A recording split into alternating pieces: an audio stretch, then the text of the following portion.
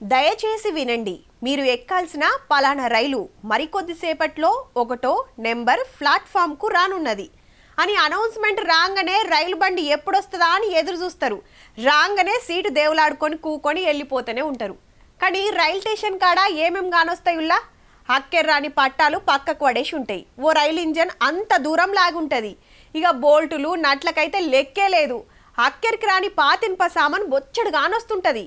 అసొంటి వాటితోటి అద్భుతాలు చేసిండ్రు ఓ తానా. యుద్ధ ట్యాంకు, యుద్ధ విమానం, రాకెట్, గాలి మోటార్. ఇటేమో కుటుంబం, ట్రాక్టర్, ఈడ సీతాకోక శిల్క, అటు సింహం, ఇంకో దిక్కు తాంబేలు, తేలు, తీరు జీవాలు, ఈడ వెయిట్ లిఫ్టర్, ఇంకో దిక్కు కుటుంబం, అటు బుర్జ్ ఖలీఫా, ఇటు గిటారు.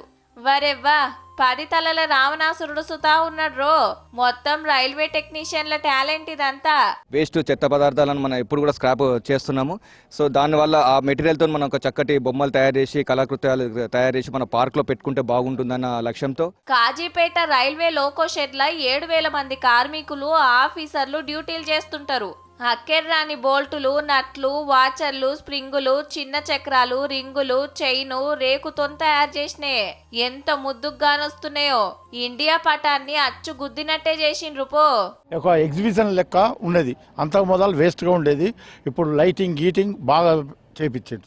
అంతా సీనియర్ డిఎంఈ పుణ్యమేనట. టెక్నీషియన్లలున్న టాలెంట్ బయటికి తీసి ఈసొంటి ఉపాయం చేపించిండు. 30 మంది టెక్నీషియన్లు 6 దినాలు చెమట తీసి అద్భుతాలు చేసిండ్రట. తీరు స్క్రాప్ తోటి బొమ్మలు తయారు చేసి వీటికి మంచిగా రంగులద్ది గార్డెన్లో పెడితే గీ తీర్లగానొస్తున్నాయి. లోకో షెడ్ అంటే షెడ్డు లెక్క కాకుండా ఓ పార్క్ లెక్క మార్చి పడేసిండ్రు. కడమ స్టేషన్లలో సుతాయి సొంటి ఇకమతి చేస్తే మంచిగా ఎక్కడికొస్తట్టుంది. ఆలోచన చేయండి సార్లు.